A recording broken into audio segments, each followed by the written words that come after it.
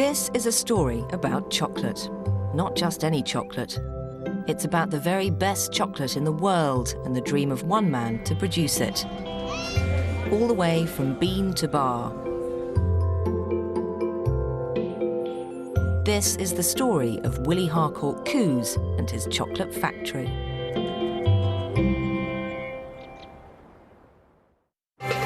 The experts love Willie's cocoa, but his financial problems are getting worse as it's confirmed that he needs an extra bit of kit to produce a more refined and smoother taste.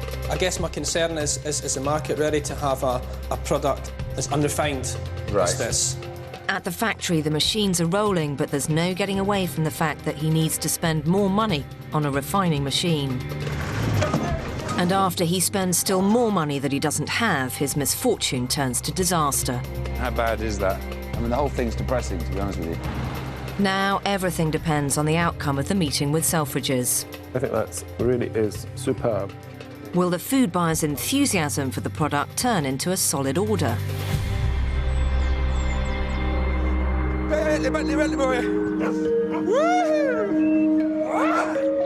Yes, we got it! We got it, baby, we got the deal. Willie's just received the phone call. Selfridges love the product and want to order 3,000 bars. At last, Willie is on his way. When you just stress about everything for months and months and months and worry, is this machine going to work, is that machine going to work, and then you get it all working, and then you go out there and try and sell, and somebody says, yeah, I'll take 3,000 bars. It's like, they're like angels, you know. I mean, the whole thing is music to my ears. It's fantastic, fantastic, fantastic news.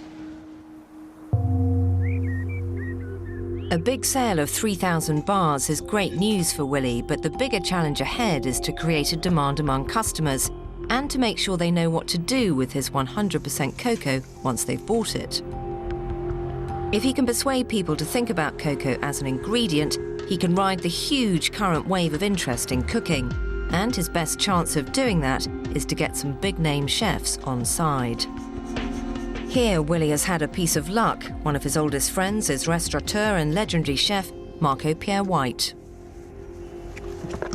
I've got to keep going, as far as getting the product out there. And, you know, Marco's an obvious choice. I want his opinion.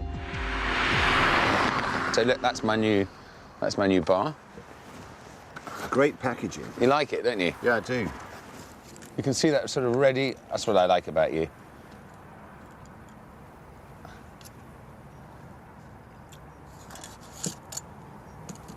Delicious. Delicious, really.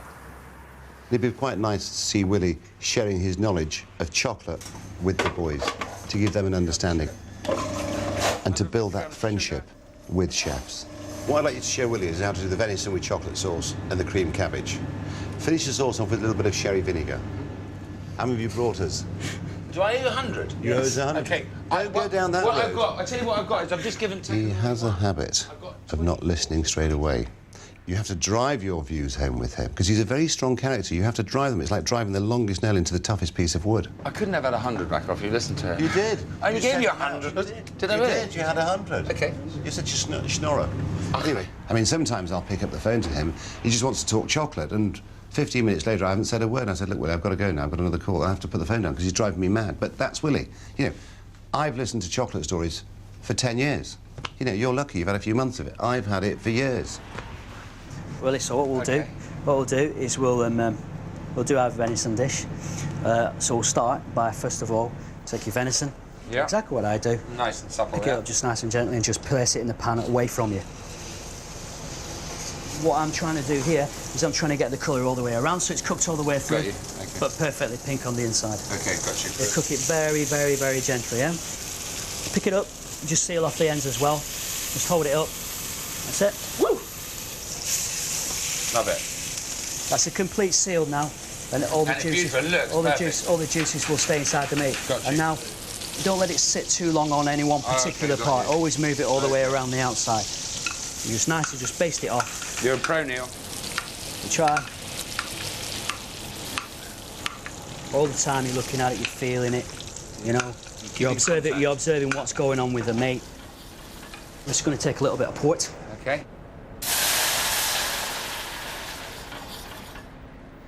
Now this is where our chocolate thing comes into play. Gotcha.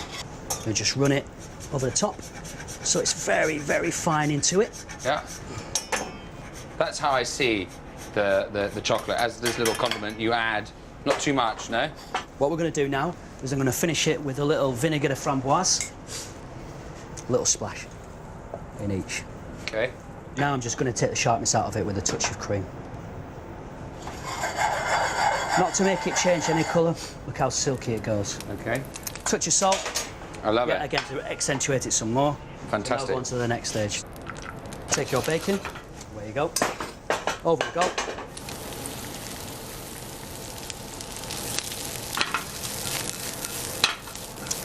Onto the pass. Just like that. That's it. Let's carve our venison. You can carve yours, and I'll carve mine. Okay. No south, not east-west. Go with the grain, okay. Go with the grain of the meat. Okay. And just carve. Look at that, see? Look at that. Pink and Perfect. beautiful. Perfect. Take a touch of salt. I always season the face of the meat. Arrange it on the plate like so. Raspberries first. Just on top. And just pour sauce. Look at that. Look at that. Neil. Look at that. Lovely. And look at your Beautiful. plate. Mucky. Right. That's a great dish to have learned. And Fantastic. there you are. Venison with chocolate. Fantastic. Delicious. Flavour's good. That's fabulous. If you're a discerning chef and you fancy yourself, you buy yourself the olive oils, you know, you want to know, you need guidance as what to use. So where does that guidance come from? It comes from people like Neil, from Marco, you know, the Marcos of the world, really. I mean, that's key, I think. He'll get a window where he will have the opportunity where his chocolate will be for sale. If it doesn't deliver what it's expected to deliver from the amount of shelf space they've given him in terms of cash, they will be delisted. They're that brutal, our supermarkets. It's all about bottom line for them. And they may share in an individual's dream to begin with, because they want to be part of it. But if it's not bought, then that dream will be turned off.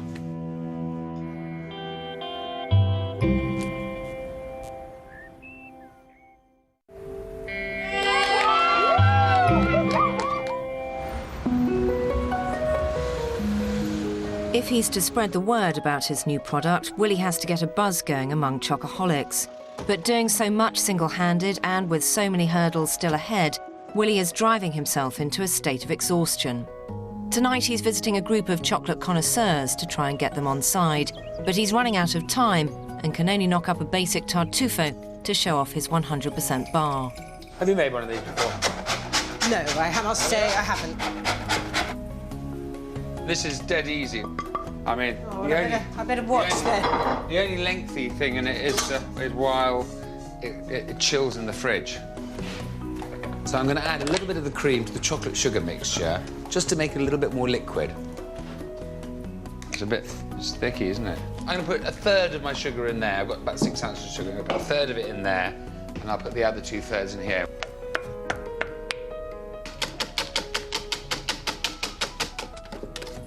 Beat like that.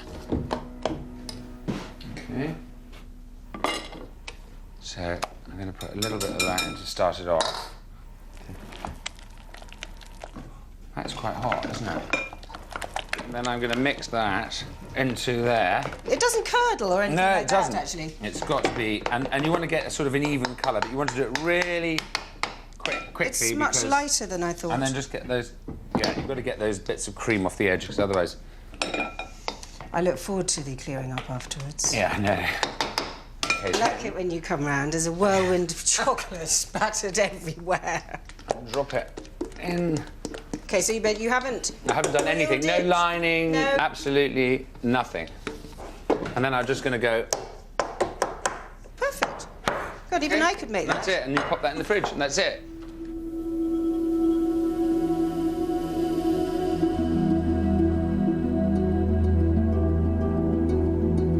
The tartufo looks fabulous, but it's been made with Willie's unrefined cocoa and perhaps is too crude to put in front of chocolate connoisseurs. The 70% Club meets regularly to taste and test the finest and most expensive chocolate from all around the world.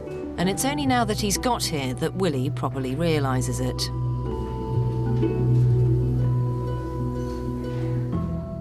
They've got some good chocolate in there. There's no doubt about it. I've just had a little look, you know. They've got top of the line, all the Amadeo, the Valrhona, Dolmori. You know, I mean, I think I'm coming in on a bit of a curved ball here.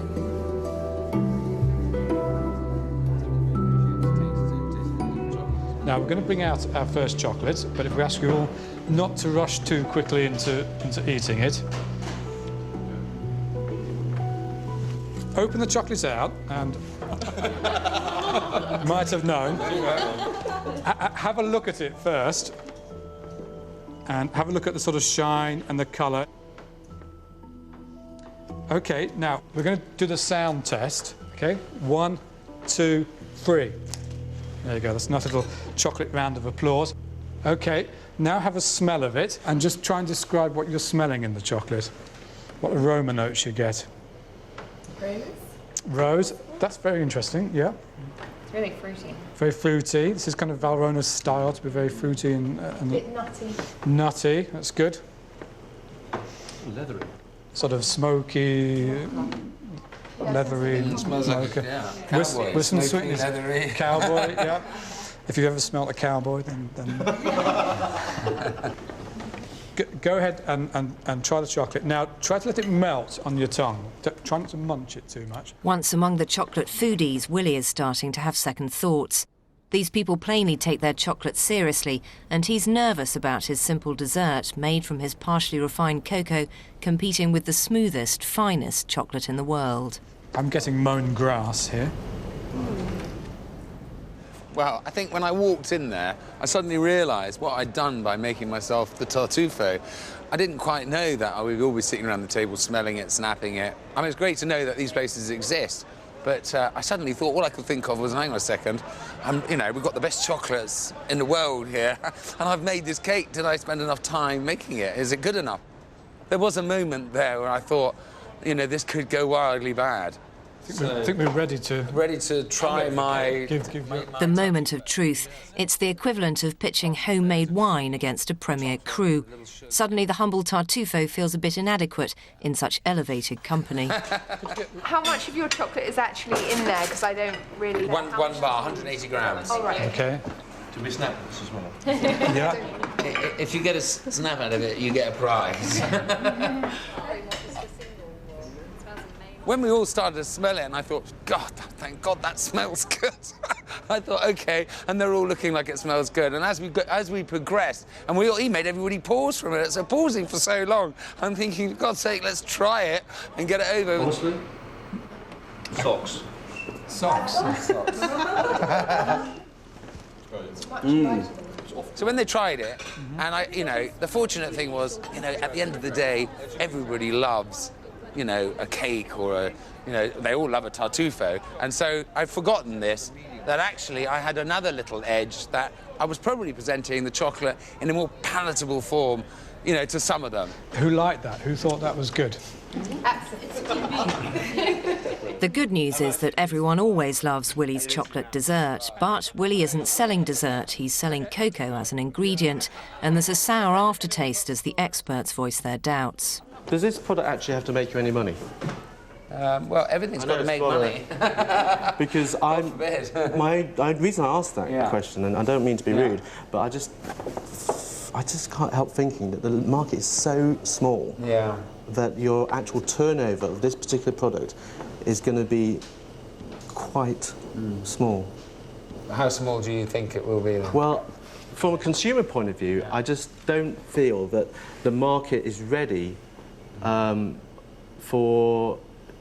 be using 100% cacao as an ingredient. I just don't think the market is... And then I've got the guy next to me saying to me, yeah, well, you know, I don't think you're going to make it. I don't think England's ready for this. And then I'm thinking, God, blimey, and he's next to me.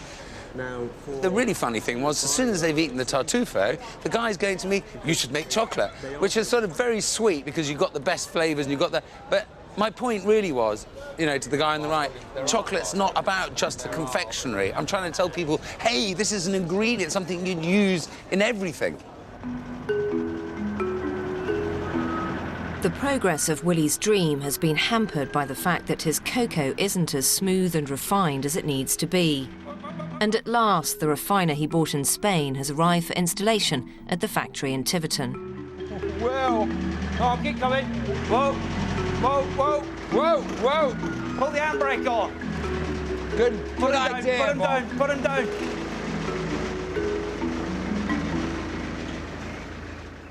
As old as it looks, it's in very good nick.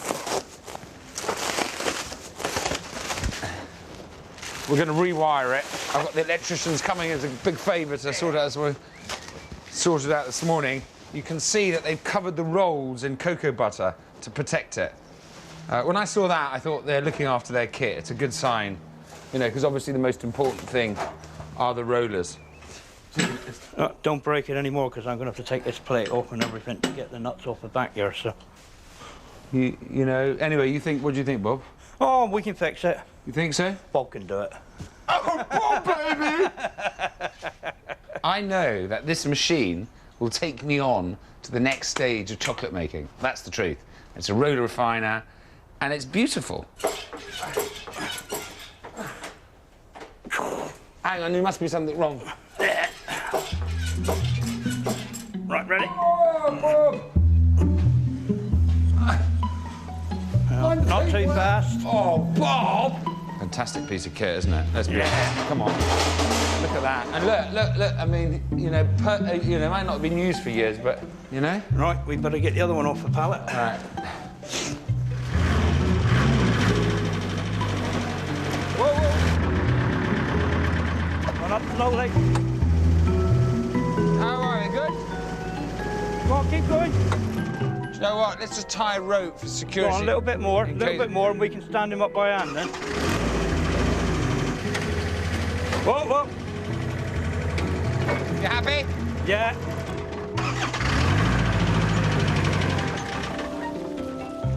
Might just get it in there.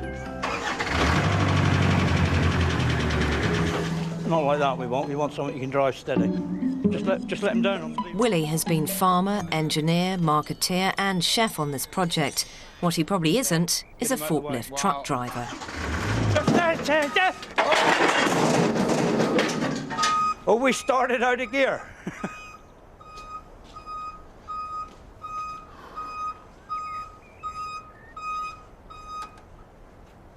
You're lucky he's gone down on our bit, so...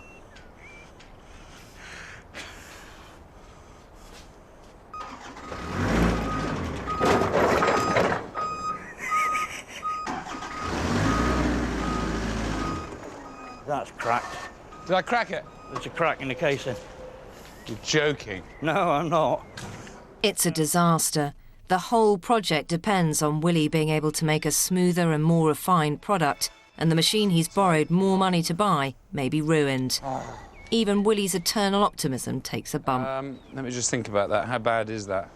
Well, you won't really know until we get that front plate off and we can... Has he got the forklift? I don't know.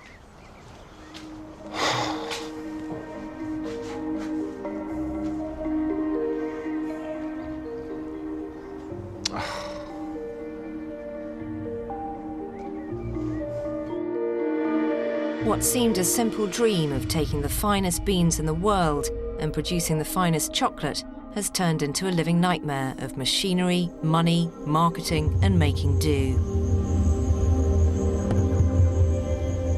It's at times like this that Willie has to draw on the inspiration which began on his cocoa bean farm in Venezuela a dozen years ago. It is just one of the most beautiful places in the world. When I bought the farm, when I got up here and I breathed the air, this is another thing that sold to me.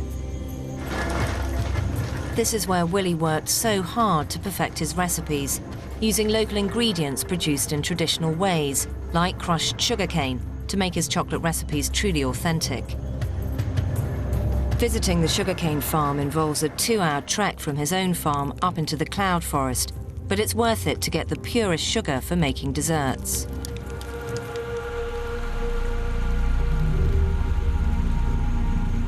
Basically, it's called garrapo now, OK?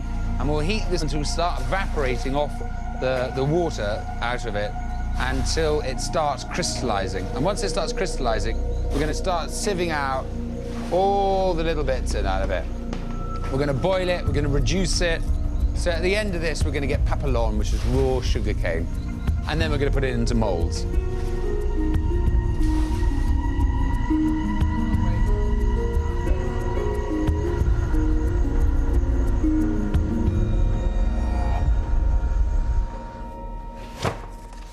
Most people come back from on holiday bringing presents. I would bring food. This is 100% cloud forest sugar. And it's simply crushed cane, evaporated off, and put into these molds as it starts to crystallize. It's beautiful. In the tropics, one of the things you can't get is apples. And so, you know, I always wanted to make baked apples with this sugar, but of course I never had them. I'll just cut my core out like that. Nice, healthy sized core. Out, pop it out like that. I'm just going to put a little cut in the apples here, because they're going to, as they cook, they swell. So if I cut them, a little line all the way around, they should expand there. Right, got some nice sugar, some nuts, and I've got some raisins. Then I've got one of my 100% blocks. Just a little bit of cinnamon. So I've got my little mix there. I'm just going to fill that like that. And then I'm just getting a bit of juice just to make it juicy. Half an hour, 40 minutes, 180. That's it.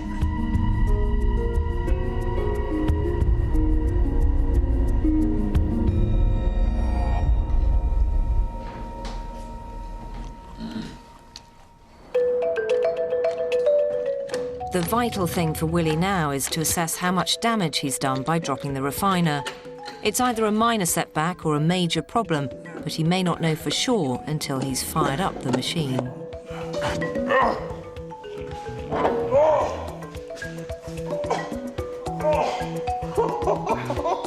It's heavy. I think that. Some of that. There doesn't seem to appear to be any crack on the inside. Don't go right through, sir. Doesn't go through. Where's the stress? Right stress there. is right there on the crack. The stress is on the crack. Do you reckon we should weld it, no? I would, to be on the safe side. OK. Because there's going to be strain on this arm anyway, when you put the pressure on for grinding the chocolates. It's not good. It's not good. I mean, we could be lucky. Could be lucky. Feel lucky? Yeah, I feel lucky. I feel lucky. I feel very lucky. Good.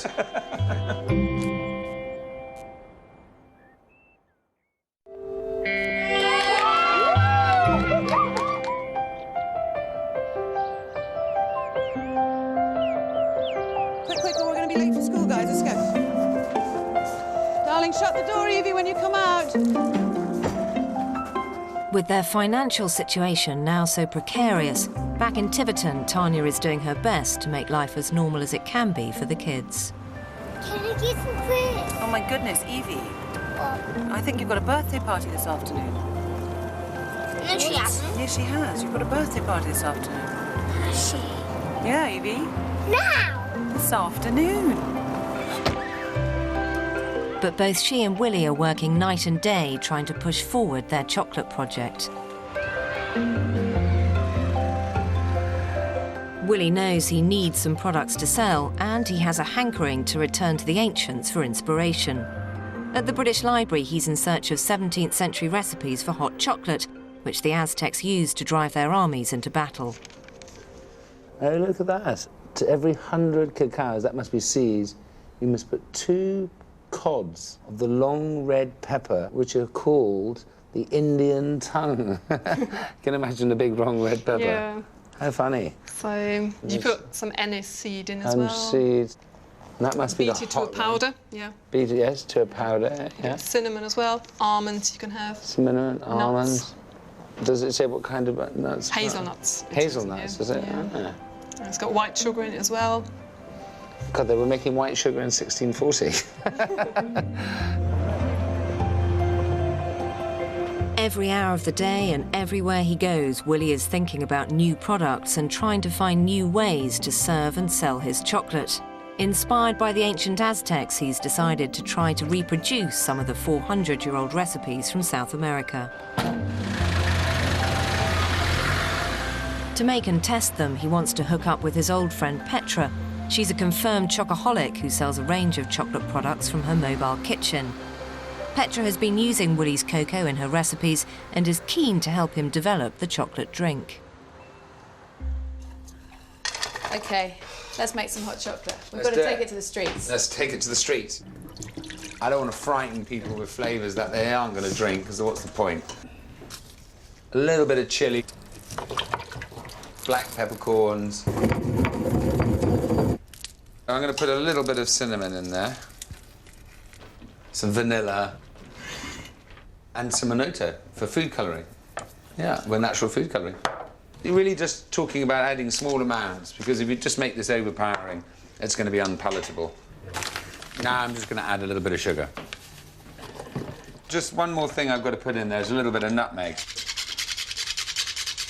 Mine's going to be really kind of for the niche people who are going to like, it's going to be spicy, you know. The stuff I sell, it's not as spicy. No. There aren't as many different funky flavours going on. It's a bit sweeter, and it's just a bit more kind of easing people in. And the effects aren't any different. People still get the really They good still get effect. that. They still get the big smile on their faces and the buzz. Right. I've got rose petals and little slithers of orange, sugar, chocolate, milk, water. I mean, it'll be interesting to taste the difference. It's basically the same chocolate that we're using. We're both using vanilla. Yeah. But you've gone off in one direction. I've gone spicy. I've gone floral. Try that, because I'm ready. Whoa. No. That's pretty serious, isn't it? That's good. No messing around with that, baby. You like that, baby? It's quite kind of bracing. Bracing, You've yeah. got to brace yourself for that. Tense yourself, yeah. It's kind of... Not too hot, though. It's kind of revolting, but at the same time, it sort of it's dazzling. It gives you an instant lift. Like, no matter how it might taste on your palate, the effect it's having on your mind and on your body is quite... You can't deny that. OK. Have a taste of that. Do you like it? It's like milk. It's like dairy milk, isn't it? It's not. I mean, it's sweet. It's interesting. I can got the. People would definitely like got. this. It's definitely got the orange. I love. No, and the flower, very subtle flower, very subtle rose, but it's all there, isn't it? The flour will get more intense as if I put this in the fridge and then let it reheat it the next day. Right. Okay. That Yeah. will work really well. That kind Then of you goes get, in. kind of really comes into its own. Yeah. Yeah. Lovely. Lovely. So would you drink this? It's not my kind. I'm not a sweet person. It's quite sweet. Do you normally have it that sweet? I think British people are going to be a bit more... There's a difference of opinion in the kitchen, so there's nothing for it but to try it out on the public. Petra's sweet and fruity chocolate drink versus Willie's ancient Aztec fighting recipe. They're not going to know what's going on with that. No. Now listen, where are we going to go? I think we should go to Shepherd's Bush. Okay, Shepherd's Bush. It's all right, we can have some hot chocolate in a minute. It'll feel much better. She's an eccentric chocolate lady, if there ever was such a thing. That's Petra. Petra wants to get in a chocolate, drive around England and tell everybody about chocolate. I mean, she's the sort of retail version of what I am. Have you tried the chocolate cake? Yes, the cloud cake. Have you tried it? Yeah, the thing about when I do it at markets, it doesn't really... Has anyone tried it? I made one like that. Bouncing around the marketplace. Everybody just couldn't believe what the flavour.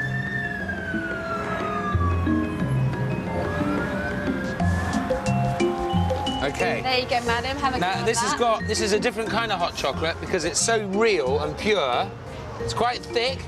Like it? Go with it. No. Do you want to take it with you? No. You've had enough. Okay. Okay. Next time. Can we reuse that? Willie, we need some customers. Okay, Go and find some customers. I've got... I need to Ladies, in all your life, you'll have never... If you don't stop, you'll never know what it was like. Guys, can I tempt you to a hot chocolate?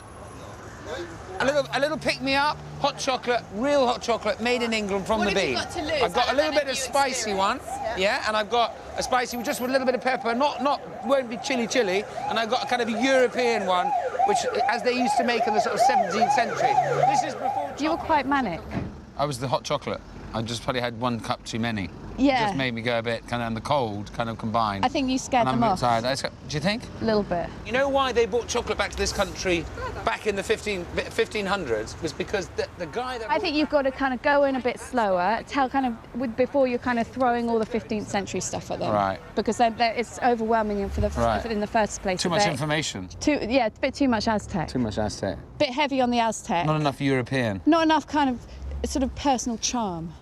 Oh, come on, just knock it back. Imagine it's good for you and it's going to pick you up. I prefer that one. Bit of orange. You prefer the orangey one, Yeah. yeah? But it's nice. Is it too thick for you? That's too thick. It's too thick. It's a niche market. It's a growing niche market. I think you could tone it down. I think I could make it a little bit more runny, and I think you could probably improve perhaps on the sharpness. You're going to have to go a bit sweeter as well. A bit sweeter, you think? Most so I've got to be sweet and charming. Yeah. These are new words for me. Yeah, it's a whole new concept. Whole concept, yeah. OK. So what's wrong with my hot chocolate then? I have a little bit, you know, I mean, you're sort of... your hot chocolate's fine. Yeah, but it's not ready. I mean, a little bit wacky, but I'm not ready, it's not ready, I'm not charming. I can't believe that you drive that clapped-out old Leyland. Jimmy? Yeah. What are you trying to say?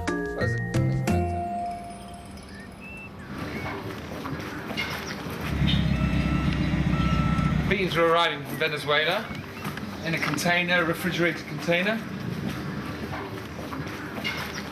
We're hoping they're okay. And they go in there. Yeah?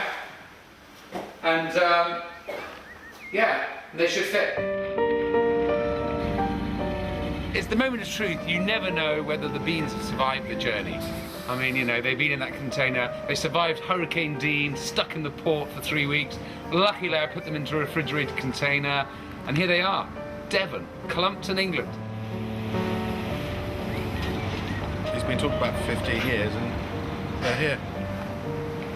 Very exciting moment. Do you know what? I think let's move this. Is there going to be room for them all?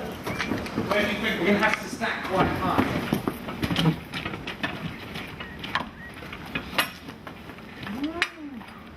Wow, smell that.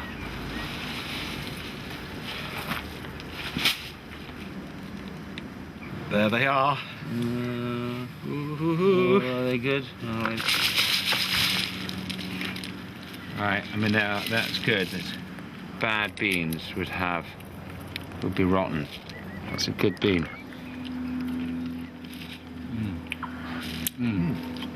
It's a very raw chocolate flavour. I mean, it is a raw chocolate flavour. Yeah, come in to try that. You'd think Willie might have learnt his lesson about forklifts. But despite all that, he is due a bit of good luck. With the installation of new machines, he's now starting to deliver real results.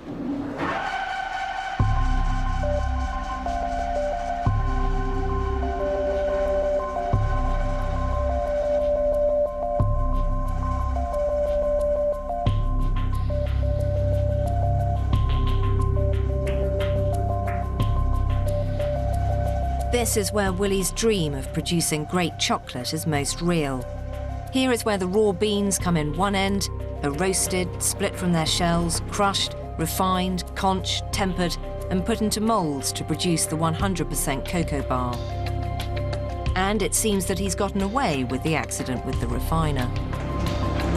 It was a Black Friday when I dropped it off the forklift. You know, for a moment there I thought, it's okay, because we didn't see the fracture. Then I saw the fracture, my heart sank, and I suppose it's not until now, this moment, that it's working, you know, that I realise, okay, that happened, but we're out of the woods. I mean, this is coming out. This is like butter. Literally, there's no... I mean, you can see it's melting in my hand. I mean, if there was such a thing as luck, then it was definitely on my side, you know, because, you know, nothing's stopping me now.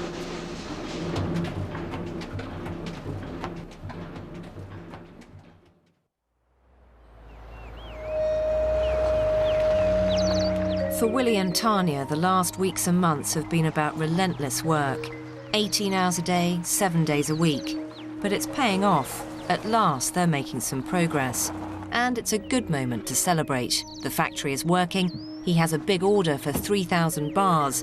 And Willie's idea of relaxing is to throw a dinner party for close friends. Tanya's a bit upset with me because we have no social life at all.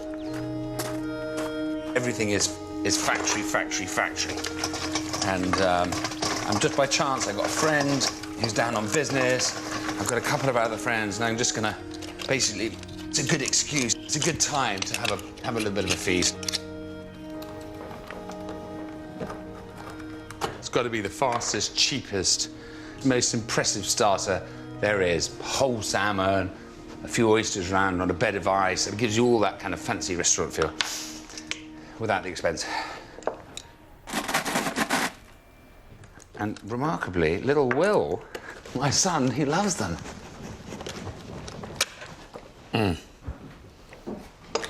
Serve? Where's William, darling? Gone swimming. Do you want to try an oyster? Yeah. Yeah, come on then. A little bit of lemon? Yes, please. Yeah. I've actually never tried one of those things. You never tried one? Will loves them. I know. But you just slip down. Yuck. Oh, yuck. Yeah. Yuck. Right, yuck. Well, she doesn't like them like William does. Sorry, darling. But at least you know you don't like them now anyway. Anyway, good for her that she tried, you know? Always reminds me of when we're doing shellfish, of my friend in Venezuela called Cara Loco, who had, whose means mad face in Spanish. And we didn't catch anything. And it's me, Tanya, and him in his little boat.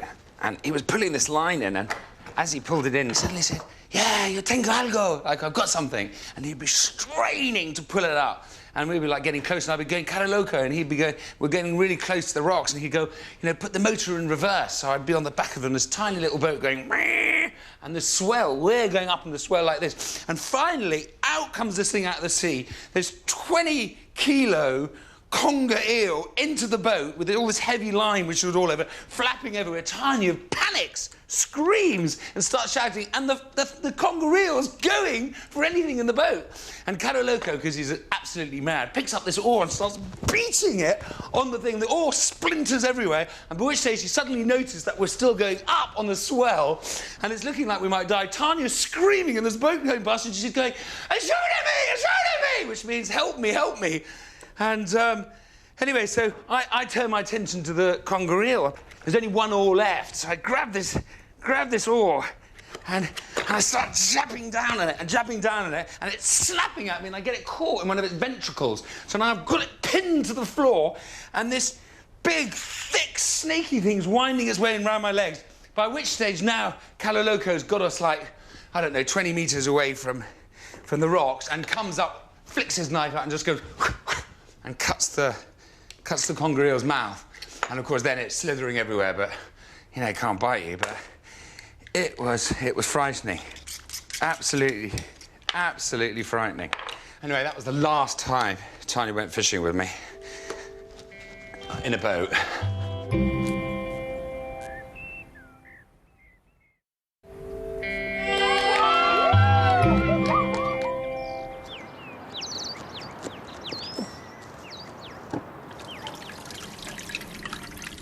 Parties tonight, as always, I'm behind. I'm gonna make some partridge based with chocolate. So I'll start by making my baste. A bit of goose fat, some chocolate. Now, I suppose the roots of this were probably in mole poblano, the Mexican turkey dish, which they cake in chocolate. But I've got partridge, and I'm gonna be a little bit more sophisticated and just baste the bird. I'm just going to melt the two of them together.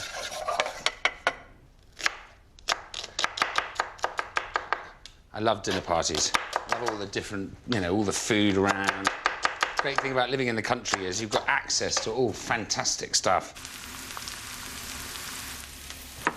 Right, now what I'm going to do is sear the birds. They're little, they're delicate, they don't take long to do. The key thing is not to overcook the partridge. You overcook them, they'll be dry and horrible.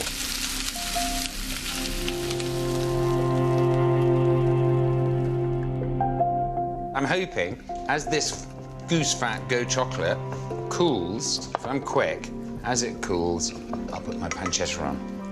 And this will help it stick on. I've got to the point now where I just wake up and I think, in the night, yeah, I can put chocolate in that too. I'm having all my favourite foods, you know, from my fishing days, from my shooting days. I've got oysters. And as a boy, I was 11 years old. My father was always trying to find ways of us to learn how to make money. He says to me one day, he said, look, well, the local fishery is now doing oysters. And for a tenner, you could buy 1,000 Japanese fast-growing oysters. But suddenly we had 1,000 oysters, and so I'd sit there with my father, and he'd always just produce this lemon, you know, and we'd open them. I can't remember ever selling an oyster. I think we ate the lot. If there was one person in the world who I'd love to see what I'm doing now, and you know, which involves all the different things that I learned from him, it would be my father. It's the only thing, the only person that is missing seeing this. Right, now, the pancetta will help keep the bird basted, and it also helped protect my little chocolate. And it'll look beautiful. In the oven, 180, 40 minutes.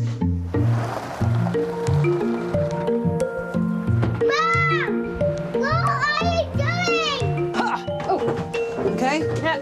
Hold on. Okay. Legs will probably fall off now. They're not unscrewed, are they? No, stop.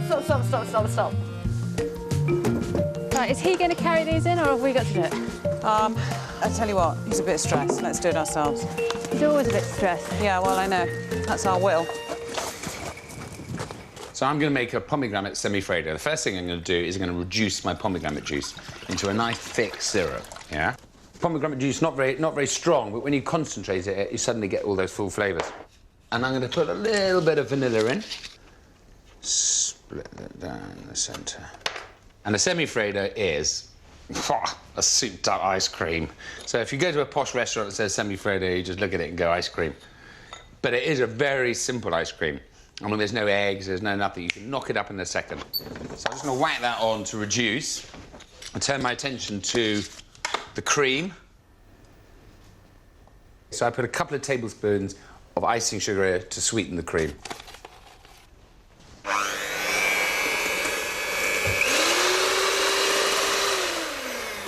OK, now while that's sort of still runny-ish, yeah, I'm going to mix in half my mascarpone.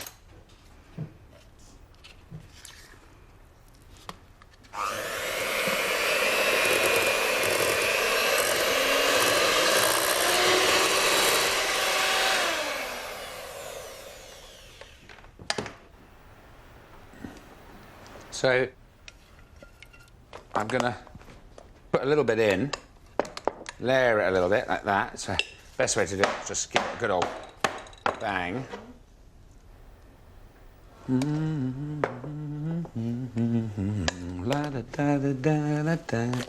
I'm really looking forward to this. As I lift it up, I'll fold it into the cracks like that. And it goes down into the holes, and we should get a really lovely rippled effect inside there. I'll just lick that. I made a couple of hours in a good freezer, 2-3 hours, and it's ready.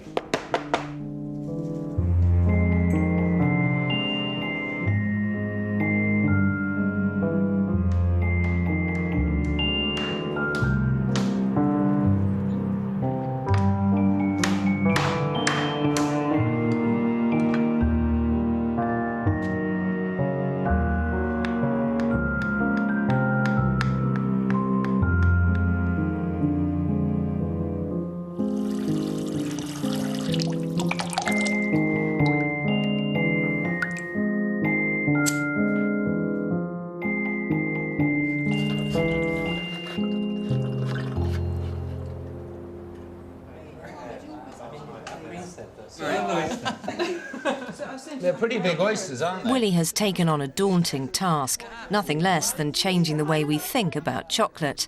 No longer just a sweet snack, but as a key ingredient in every kind of cooking. Roast partridge with chocolate and some lovely winter roast vegetables. With only the help of Tanya and occasionally a few friends, he's trying to complete the entire process, from harvesting beans 4,500 miles away to dinner tables back in Britain. Willie, is this chocolate gravy? It's chocolate gravy. I mean, is it just pure chocolate? No, it's gravy. You know, chocolate.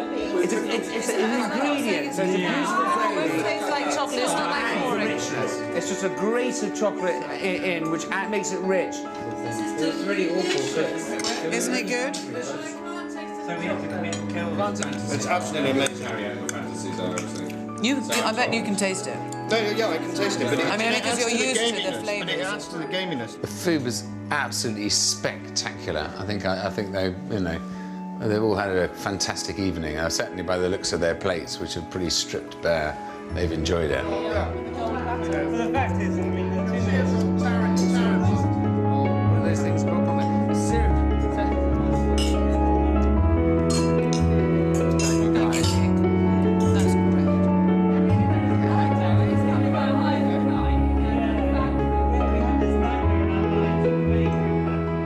I'm sitting down at the end of the table, I'm watching Tanya, you know, in her beautiful sunlight laugh and be happy with everyone. No, it's been a great evening. I'm convinced the real chocolate in its raw has that aphrodisiac effect. Missing my point. But my next thing now is really, I've got an order for 3,000 bars, I've got to make those bars and I've got to deliver them on time, basically. But producing 3,000 bars is a mammoth task. Has Willie got the time and resources to deliver? Have you sorted the mousse out? Is it done? Have you done the mousse? Have you made the biscotti biscuits? Is it all packed and ready to go, Will? Willie's in here all night. Get back to the chocolate dragon in the morning. He's like, you know, raging, furious. A couple of weeks ago, we had the bailiffs on the door. They want the next payment today, and Tanya's asking me about it. I haven't got it. Literally, I haven't got the product out, I haven't got the cash flow going.